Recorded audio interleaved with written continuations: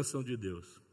Texto básico que nós vamos usar é esse aqui. Portanto, vão e façam discípulos de todas as nações, batizando em nome do Pai, e do Filho e do Espírito Santo, ensinando-os a obedecer a tudo o que eu lhes ordenei. E eu estarei sempre com vocês até os fins dos tempos. Vamos orar. Curve a sua cabeça, leva o teu coração ao Senhor. Pai, no nome de Jesus, é a tua palavra. E esse momento nós separamos, ó Deus, para ouvir a tua voz, para submeter as nossas vidas debaixo da tua mão de poder, para abrir o nosso coração e dar permissão para que o Senhor trate conosco. No nome de Jesus, visita-nos nessa hora, principalmente os pastores aqui presentes. Faz desses homens e das suas famílias uma referência para a tua amada igreja. Faz de cada pai aqui, meu Deus, o nome de Jesus, um verdadeiro pastor para a sua família. Eu oro assim no nome de Jesus e peço que a tua palavra encontre acolhida nos corações. Que o inimigo não tenha poder de ceifar a semente que será lançada na vida de cada um aqui. No nome de Jesus, amém. Amém, irmãos? Louvado seja o Senhor. Deixa eu dar uma limpada nessa mesa. Vamos colocar aqui atrás. Pronto. A comissão de Cristo para a sua igreja não era fazer convertidos, mas sim fazer discípulos. Amém, irmãos? Há uma inclinação natural das pessoas se misturar no meio da multidão e não se vê um verdadeiro discípulo de Cristo, mas se vê como uma pessoa convertida. Eu creio, então simplesmente é isso, mas eu não acredito nisso. Eu acredito que quando Deus te chamou, Ele te chamou para ser discípulo do nosso Senhor Jesus Cristo e para você também ser um discipulador de outras pessoas. E isso é uma responsabilidade inerente a toda igreja. Ninguém pode abrir mão dessa responsabilidade. Principalmente você que já é casado e tem filhos, você já está dentro dessa responsabilidade, inserido nesse papel, quer você queira, quer não. Você está discipulando os seus filhos. Agora nós precisamos aprender como fazê-lo, em nome de Jesus. Essa obra não dá para fazer a partir da carne, a partir do braço, a partir da filosofia e ideologia que norteia o mundo. Ela precisa ser feita a partir de um homem e de uma mulher consagrada a Deus e a partir do exemplo do nosso Senhor Jesus Cristo, porque aí sim tem efeito prático e transformador na vida dos nossos filhos e da nossa própria família. Caso contrário, irmãos, simplesmente você vai ali fazer algo meio que na superfície, na aparência, mas o conteúdo dessa família é questionável e é vulnerável. Por isso que você vai ver algumas pessoas que criam seus filhos da fé, não souberam ser exemplo e referência para os seus filhos a partir da fé, e de repente percebe que os seus filhos estão ocos por dentro. Não tem princípios sólidos, conceitos, não está alicerçado na rocha, porque de repente a aparência prevaleceu, a frequência na igreja, a religiosidade prevaleceu em detrimento do discipulado, que é andar junto, olhar nos olhos, ser amigo, ser pais, ter autoridade na vida dos seus filhos e discernir esses papéis na caminhada. É fundamental isso na vida de um discipulador, na vida de um pai para com os seus filhos, seja ele biológico, seja ele um pai espiritual, como é o caso dos pastores. Amém? Não se contente em ser um homem convertido ou uma mulher convertida que crê no Senhor tão somente. Assuma ser uma referência para as pessoas que Deus coloca sob os seus cuidados. Pessoas que te admiram, pessoas que vão a você buscar conselhos. É um bom sinal quando uma pessoa se aproxima de você, porque ela vê em você condições, e Deus também, de você ser um bom conselheiro para essa pessoa, uma boa referência. Amém, irmãos? Louvado seja Deus. O método de Jesus Cristo de Nazaré foi e é fazer discípulo. Ele investiu 3 anos da vida dele na vida de 12 homens. Eu fico pensando, que ousadia. Porque a nossa inclinação é olhar para um ou é olhar para a multidão. Nós fazemos programas para ganhar uma vida ou ganhar muitas. Tudo que nós fazemos na igreja é pensando no muito. No discipulado, muito pouco. Porque para nós parece que demora muito, esse negócio de discipulado.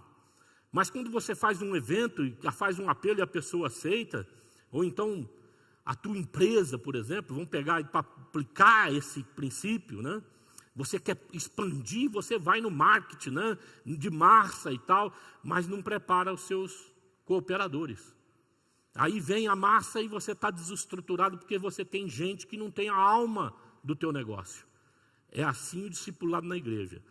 Nós precisamos ter a mesma alma, a mesma essência de Jesus Cristo de Nazaré.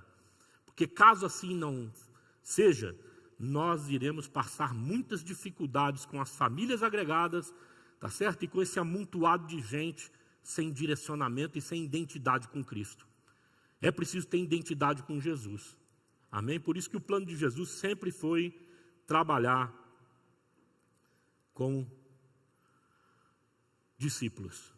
Bom, imagine você que um pastor evangelista pregue uma mensagem e no ano ele ganhe 365 pessoas para Cristo. Ganha uma pessoa por dia. Bacana, né? Legal. Compare ele com outro pastor que investe um ano num discípulo.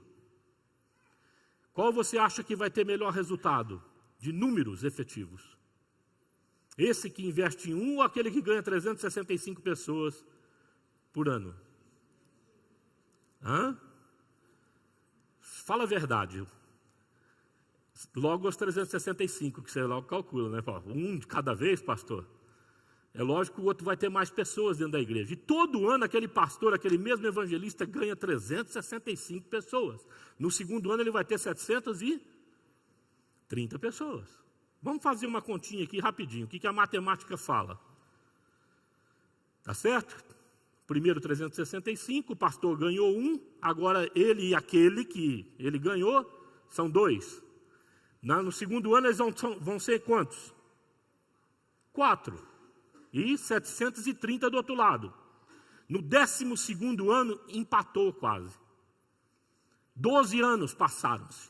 Aquele pastor continua ganhando 365 vidas por ano, uma por dia. E o outro continua investindo, e os seus discípulos também investindo num só discípulo por ano. Mas cada discípulo reproduz mais um. No 12º ano, essa conta bate aí, 4.380 para 4.096, quase empatou. No 13º ano, olha a proporção.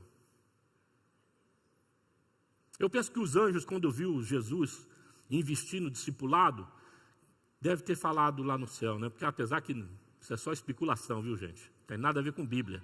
Né? Jesus, você está louco? 12 gatos pingados para transformar o mundo. Mas, amados, Jesus era bom de matemática. Quando você discipula direitinho uma pessoa, e essa pessoa é capaz de passar para frente aquilo que recebeu, ao longo dos anos ela ocasiona um impacto mais efetivo a nível de números e de transformação efetiva dessas pessoas, das famílias e da sociedade, do que tão simplesmente o evangelismo.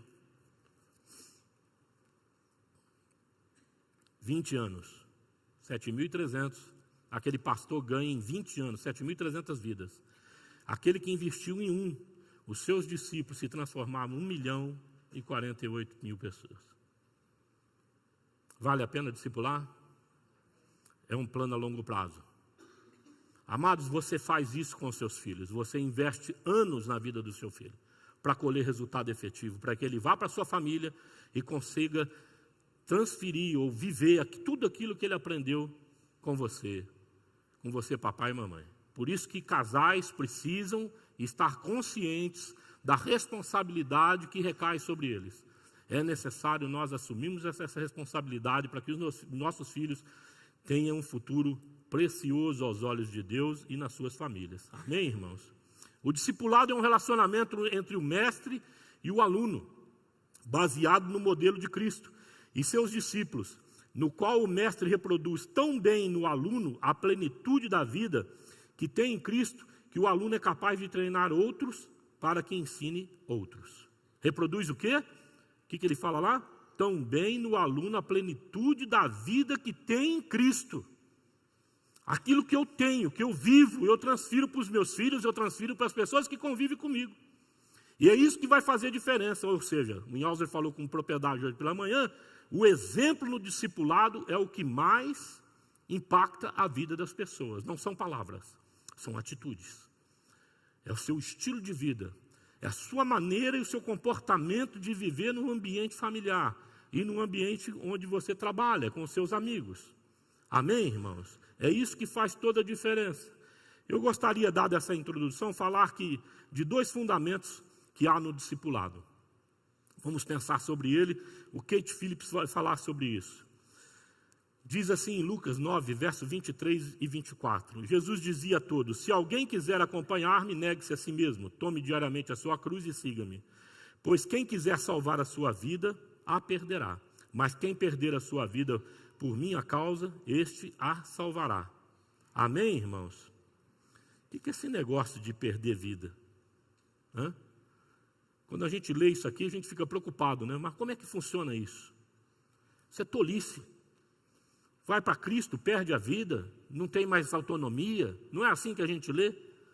O Alessandro trouxe há pouco tempo atrás uma palavra nessa direção. Amados, em nome de Jesus, você pode reter sua vida? Tudo que você tem, você acha que você tem domínio sobre essas coisas? Fala sério. Jim Elliot vai falar isso aqui, ó. Não é tolo aquele que abre mão do que não pode reter, para ganhar o que não pode perder. Você não sabe quantos anos são da sua vida. Você não sabe o seu dia de amanhã. Tudo que você tem não é teu. Na essência, segundo o ensinamento da palavra de Deus, pertence ao Senhor e Ele confiou a você como um bom mordomo. Louvado seja o Senhor por isso. Amém? Porque você vai partir dessa vida e vai deixar tudo aqui. Não vai levar absolutamente nada. Ou seja, você não tem controle da sua vida e nem daquilo que você pensa possuir. Porque, na verdade, o proprietário disso é Deus, tanto de você quanto daquilo que você tem. Não é tolo aquilo que entrega isso, que não pode reter, nas mãos de Deus para obter o que pode segurar por toda a eternidade, que é vida e vida eterna. Abra o teu entendimento nisso, porque nós não somos como animais irracionais. Nós somos e fomos feitos de imagem e semelhança de Deus. E Deus, quando nos fez, amados, já fez um planejamento, um plano de salvação para nós em Cristo Jesus. Alguém que nos resgatasse do pecado. Alguém que nos tirasse dessa condição de maldição, para nos projetar dentro da bênção. Amém? Para que nós pudéssemos estar por toda a vida com o Senhor. Toda a vida eterna. E nós vamos estar em nome de Jesus. Aleluia. Primeiro princípio que nós temos aqui, fundamento, é morrer para si.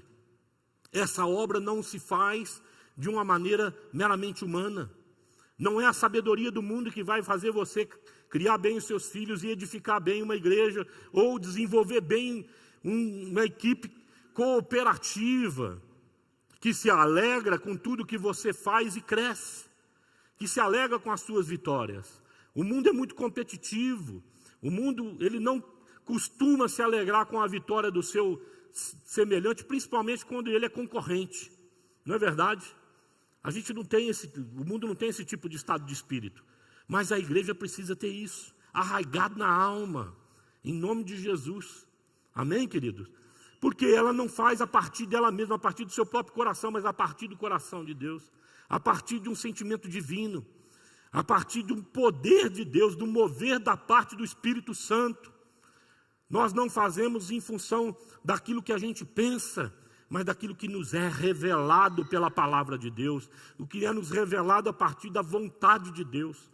Quem vive assim, já declarou para si mesmo anular-se no que tange essa natureza terrena, a esse negócio que é marcado por interesse. Você já viu alguém aí no mundão se relacionar com outra pessoa sem ter interesse?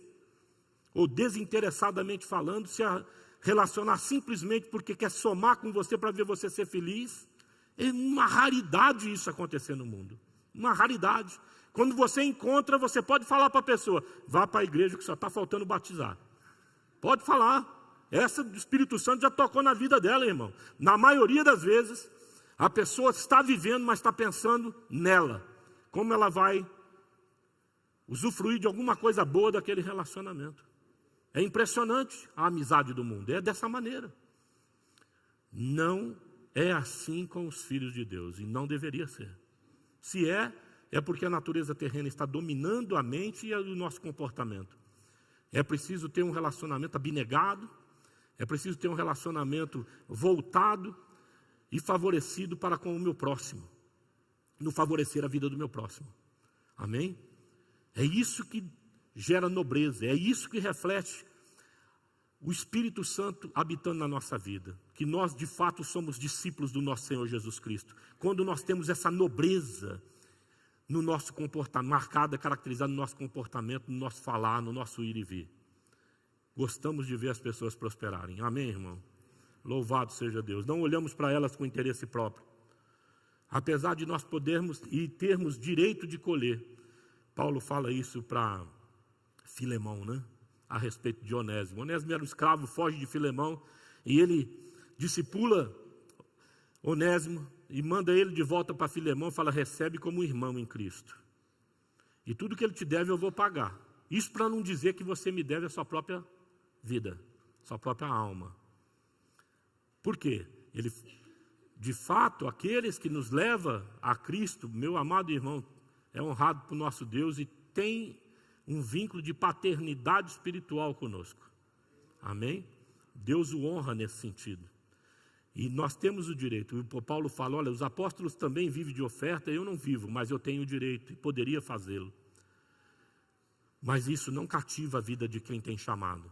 Nós não olhamos para isso, nós olhamos para a sua vida como quem tem que prestar conta para Deus, para falar para o Senhor, eu trabalhei com aquela vida, trabalhei com aquela família, e eles prosperaram na sua presença.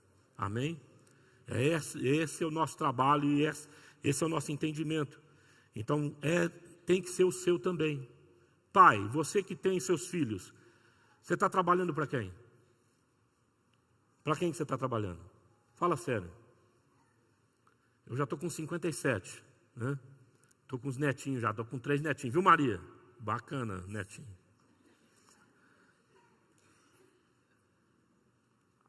A gente se vê até hoje, de vez em quando, trabalhando ele para o filho, porque tem que dar uma força aqui, outra ali, né, por causa dos netos.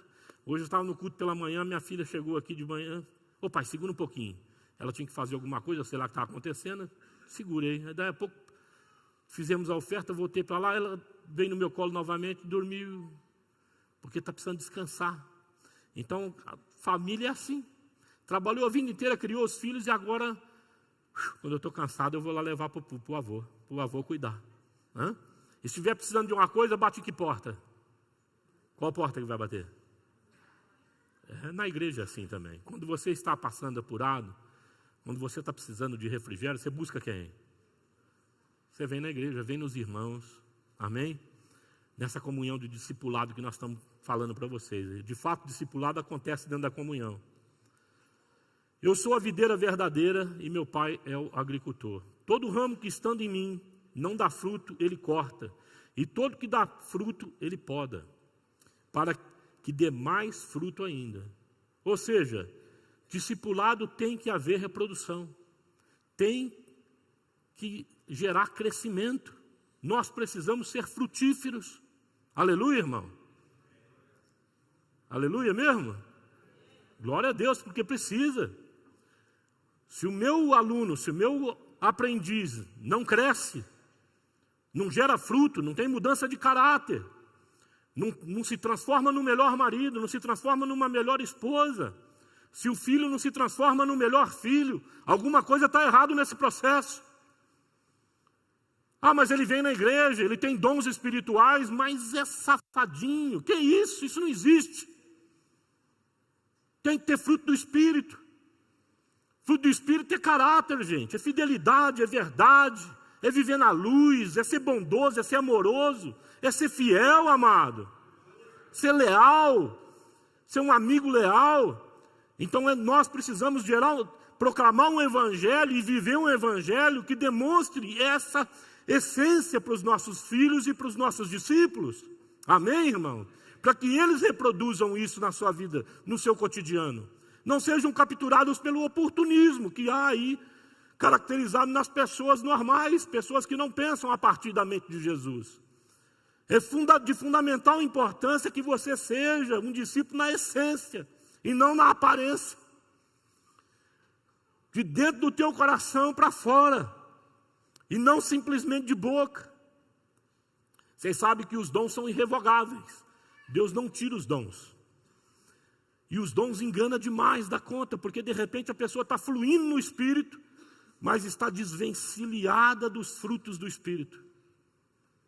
Está desvencilhada do caráter de Jesus Cristo. Se comporta como uma pessoa mundana. Longe dos olhos da igreja e dos irmãos.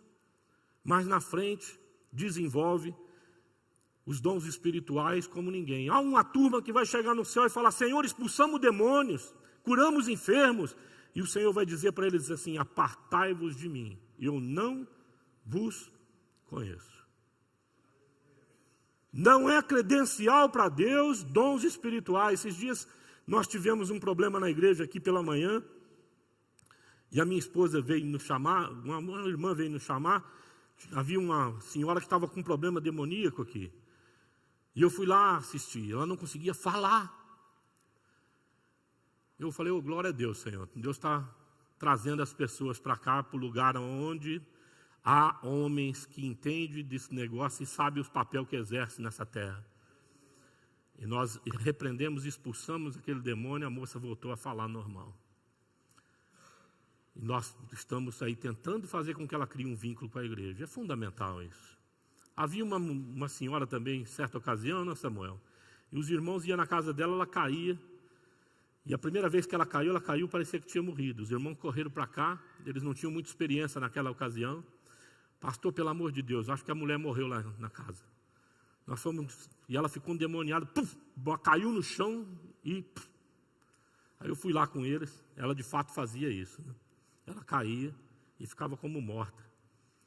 Não havia vida nela. Aí repreendemos aquele espírito e ele voltou. Ela voltou, ele saiu. Amém? Porque tem que sair. O que eu estou falando para vocês, amados? Nós precisamos reproduzir gente que tem impacto no mundo espiritual. Gente que é conhecida no âmbito espiritual, onde até os demônios conhecem. Lembra dos filhos de Cefas? Eu sempre cito esses caras. Esses caras conheciam Jesus, conheciam Paulo. E eles encontraram um endemoniado no caminho deles e falou: olha, nós expulsamos no nome de Jesus a quem Paulo prega.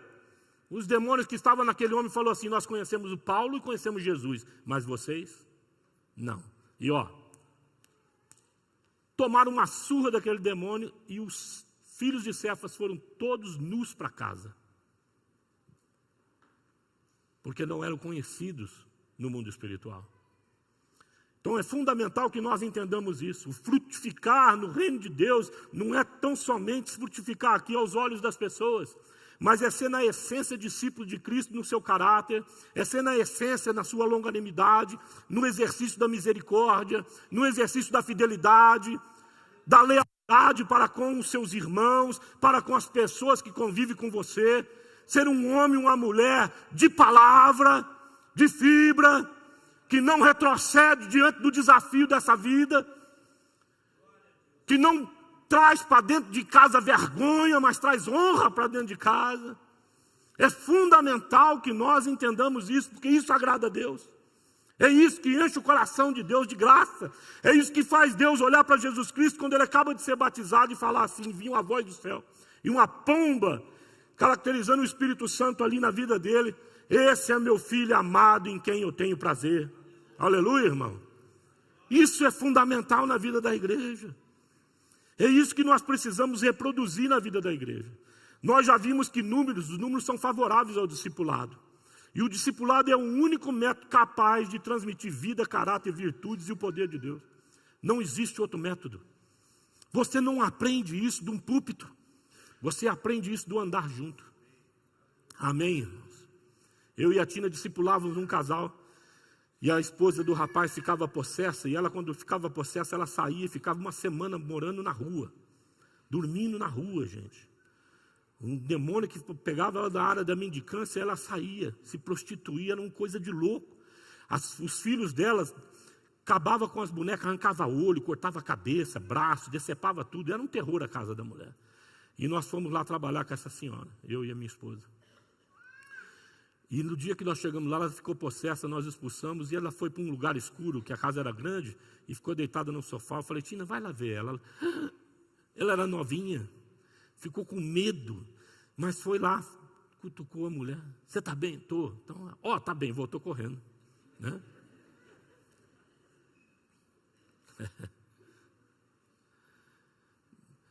Deus nos leva até as profundezas do inferno e declara para o inferno, para demônios, para seja lá o que for que está cometendo a vida das pessoas. Esses aí são os meus filhos e eu os amo. Amém? E o que eles falam, vocês têm que obedecer. Amém?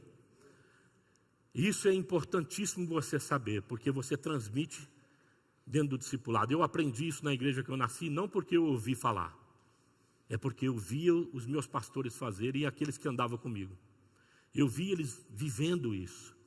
Eles me chamaram para perto e falaram, vem cá que nós vamos ensinar para você o que é o reino de Deus. Nos deram uma apostila e falou, agora vai que nós estamos juntos. Quando nós ficávamos apavorados no caminho, nós corríamos nos pastores, está acontecendo isso. Discipulamos uma pessoa e ela tentava suicídio constantemente. Ela tentou 11 vezes se matar. E eu e a Tina ficamos com os nossos filhos lá 1 ano e meio, esgotados, sem saber o que acontecia com aquela mulher, que ela cortava pulso. Um dia eu estava tomando café na casa dela, depois do estudo, ela foi para a pia e cortou o pulso. E eu tive o discernimento, corri lá, não deu para fazer um corte grande, né? Mas você vê a situação daquela mulher. Fomos para o bispo Hinaldo, levamos ela junto, o bispo olhou, falou, filha, você sonha? E ela travou, ele falou, Laércio, pode ir embora, que é essa área onde ela está sendo atacada. E nós fomos embora. E descobrimos depois que um homem muito bonito vinha toda noite na beira da cama dela, sentava e ficava acariciando ela. Falava o nome dela, falava, você tem que partir dessa vida para ficar comigo. Olha como que o mundo espiritual é sorrateiro. E essa mulher por 11 vezes tentava se suicidar. Ela nunca mais tentou, amado. Assim que veio a luz, porque Deus traz a luz. Vocês acham que as dificuldades que estão na casa de vocês, que as dificuldades que vocês têm como pessoa, como indivíduo, elas são naturais? São em função da crise econômica que nós passamos no país? Vocês acham que isso é simples assim, é uma leitura social e fim de papo? Nós somos norteados assim pela sociologia?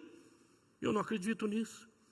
Eu acredito na palavra de Deus que diz que no tempo de crise, quando não chove 3 anos, tem um riacho que passa, que Deus provê para você beber. Aleluia.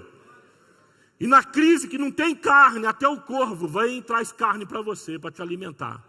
Porque é a palavra de Deus. Eu acredito numa palavra, amado, e num Deus que fala que o justo não mendiga o pão. Deus honra a vida dele. Eu acredito nisso. Por isso que eu fico entristecido de ver alguns irmãos que patinam e não conseguem deslanchar. No nome de Jesus, está repreendido na tua vida, amado. Você vai largar esse negócio e vai prosperar em nome de Jesus Cristo. Assumir, eu quero ser um discípulo verdadeiro de Cristo. Quero ser uma referência, Senhor. Brilha a tua glória em mim. E Deus vai fazer. Não tem demônio, não tem realidade espiritual, que tem uma realidade espiritual por detrás de todas as coisas, que vai deter a obra de Deus na sua vida.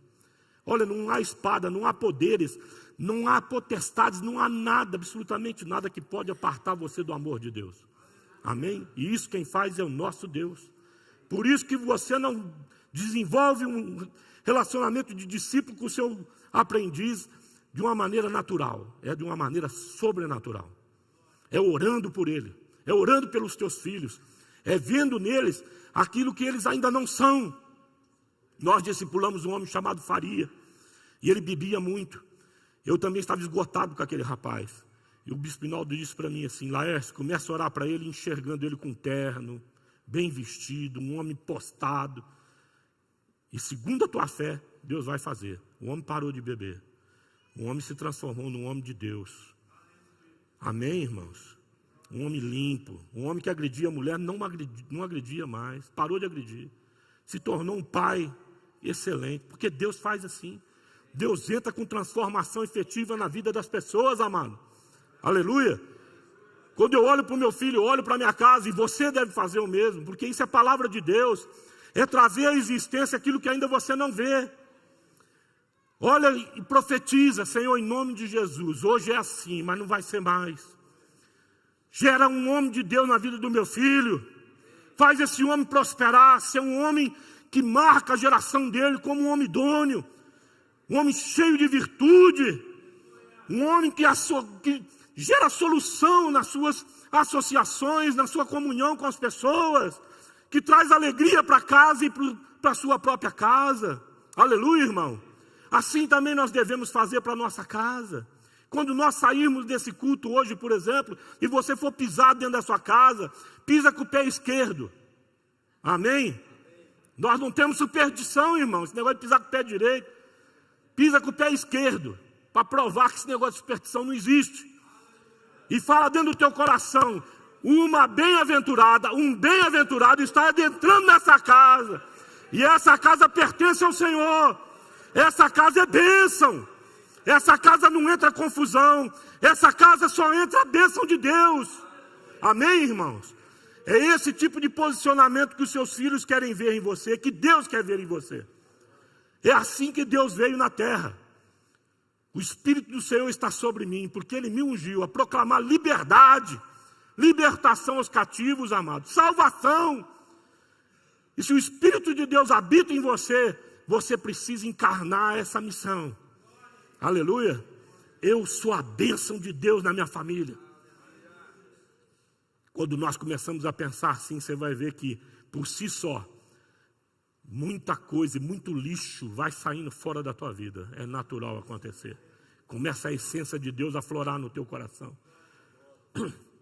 Louvado seja o Senhor. Uma vida frutífera e saudável desenvolve sob, primeiro, testemunho de vida. Exemplo de uma pessoa honrada, de caráter, como eu já disse. Família, o homem de Deus deve ser marido de uma só mulher e ter os seus filhos criados na fé.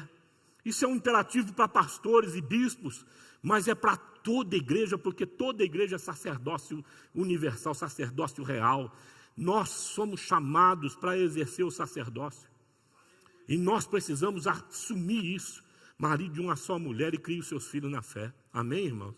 A nossa família tem que se transformar em luz, uma mensagem positiva aos nossos filhos. É fato que nós chegamos a Cristo meio que despedaçados, meio que uma montoeira de coisa ruim. Não tem problema. Vamos pegar isso tudo e começar uma nova opção de vida, amém? Em nome de Jesus. Deus te perdoa, Deus corrige todas as mancadas que nós demos no passado. Agora não dá para continuar remando desse jeito. Não dá para continuar vivendo com esse monte de coisa ruim junto. Tem que jogar fora, amém, irmão? Tem que abrir mão e desejar uma nova vida. Tem que desejar no fundo do coração, quando você abaixar para conversar com o filho seu, os olhinhos dele brilhar. E quando ele crescer e olhar para você e falar assim: pai, eu tenho orgulho do senhor. Mãe, eu tenho orgulho da senhora. Porque eu sempre vi em vocês que vocês jamais iam desistir de nós. Hoje nós vivemos num tempo que pais desistem dos próprios filhos assim, ó, com um estalar de dedo. Um tempo marcado pelo egoísmo. No nome de Jesus Cristo, nós não podemos permitir esse estado de espírito nem passar pela nossa mente. Aleluia. Precisamos ter uma vida consagrada a Deus a ponto de ter uma aliança inabalável. Não só com Jesus, mas com a nossa família, com os nossos filhos. Ser pai e mãe presente, em nome de Jesus Cristo. Ah, pastor, casei de novo, estou divorciado e estou... Conserta agora em nome de Jesus Cristo. Acerta isso agora diante de Deus. Amém? Porque Deus faz tudo novo na nossa vida. E se você está aqui hoje, você veio para ouvir essa palavra, amado. É o Espírito Santo que quer falar no teu coração. Carisma, dons e poder de Deus. Assim como o Espírito Santo agiu na vida dos apóstolos, ele age hoje na vida dos discípulos de Jesus. Deus é o mesmo Deus de ontem. O mesmo Deus de ontem é o mesmo Deus de hoje. Ele não mudou. Amém?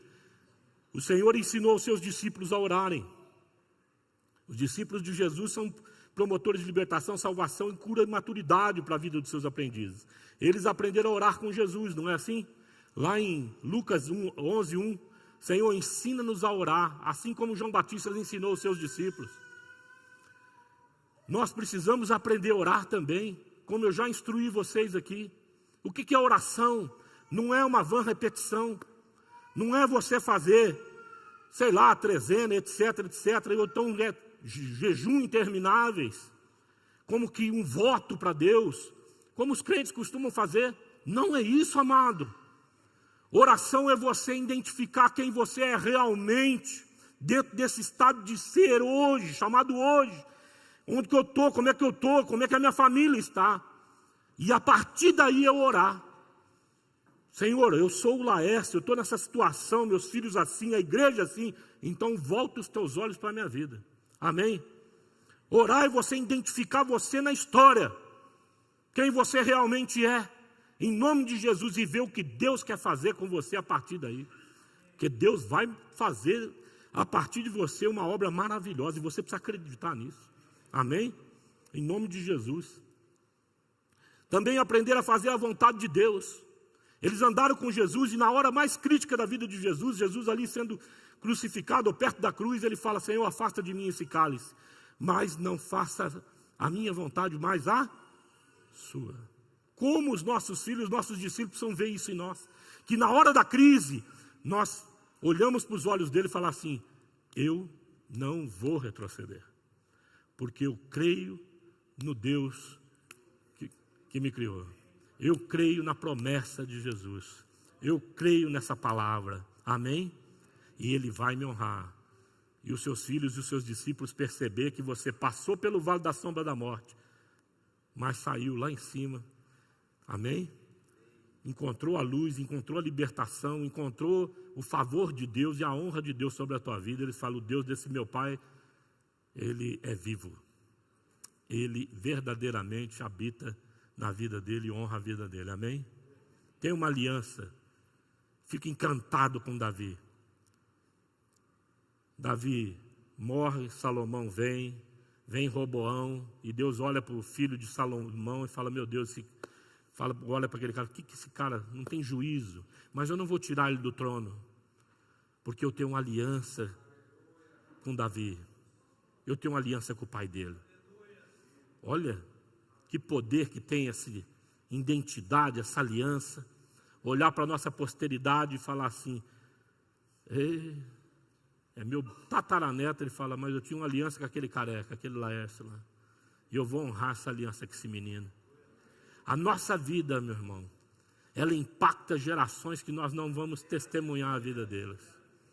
O nosso testemunho diante de Deus, a nossa aliança diante de Deus transforma nossas gerações vindouras. Porque Deus honra essa aliança que nós temos com Ele. Aleluia. Eu quero orar com você nessa noite.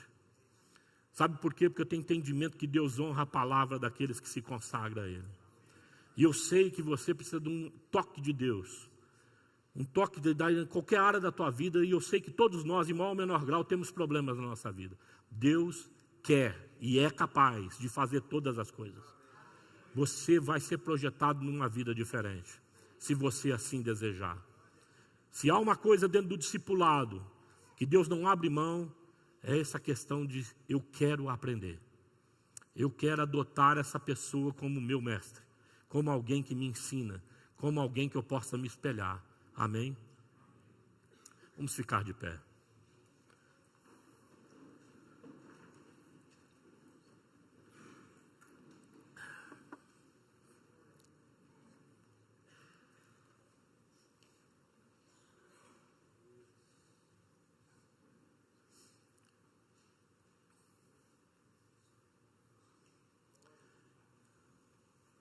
Eles aprenderam também com Jesus Cristo a se abnegar, no sentido de não atribuir para si a fonte do poder. Jesus vai falar assim: eu não posso fazer nada de mim mesmo.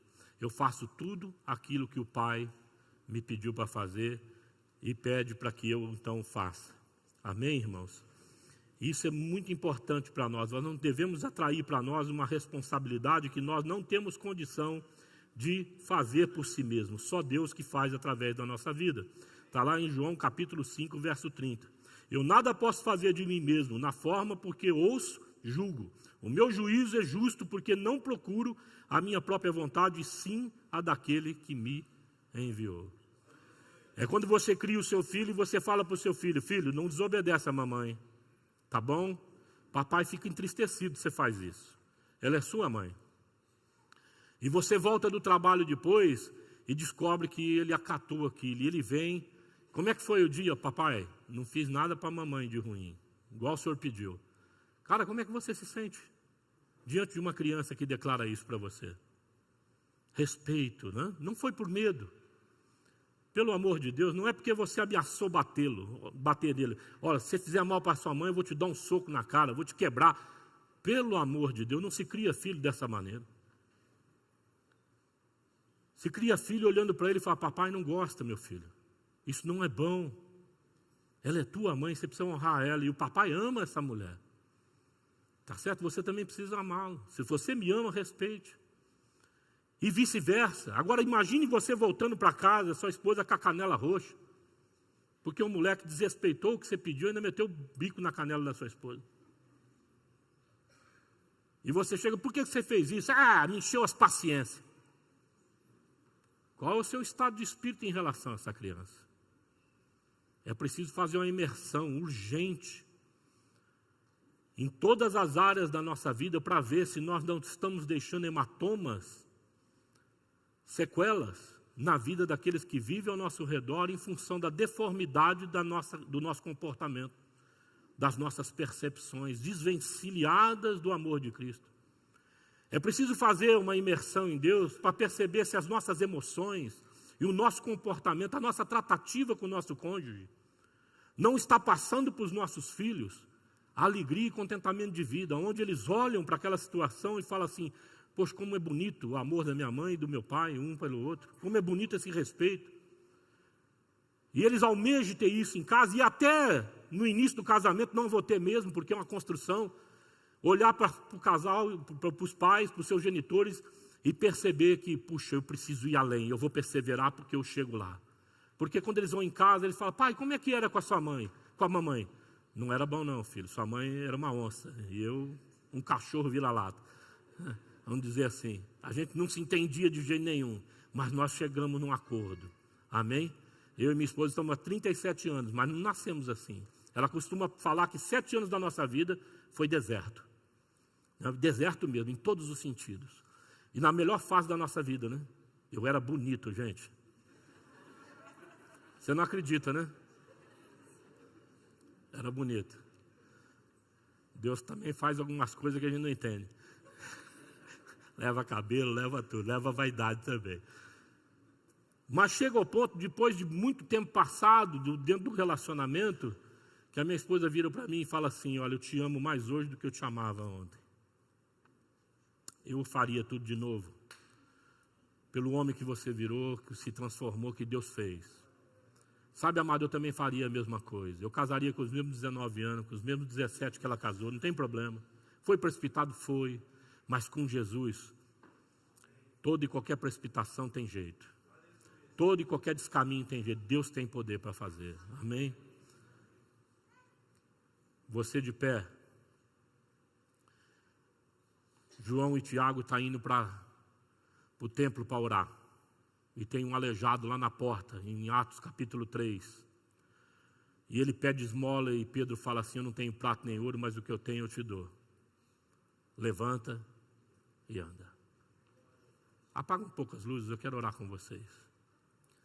Se você estiver acompanhado da sua esposa, dos seus filhos, firme aí com eles agora em nome de Jesus Cristo. Se você veio sozinho, sozinha, desacompanhada, una-se a um irmão, uma irmã, não fique só, em nome de Jesus. Não fique só. Quero orar com você. Não vá embora sem pegar o folheto, cada representante de família, tá bom? Depois da oração eu vou despedir vocês. Pai, em nome de Jesus Cristo, Senhor, há poder na Tua palavra. Nós viemos nessa noite aqui profetizar sobre a vida da Tua igreja, para que ela se transforme efetivamente em discípulos do nosso Senhor Jesus Cristo.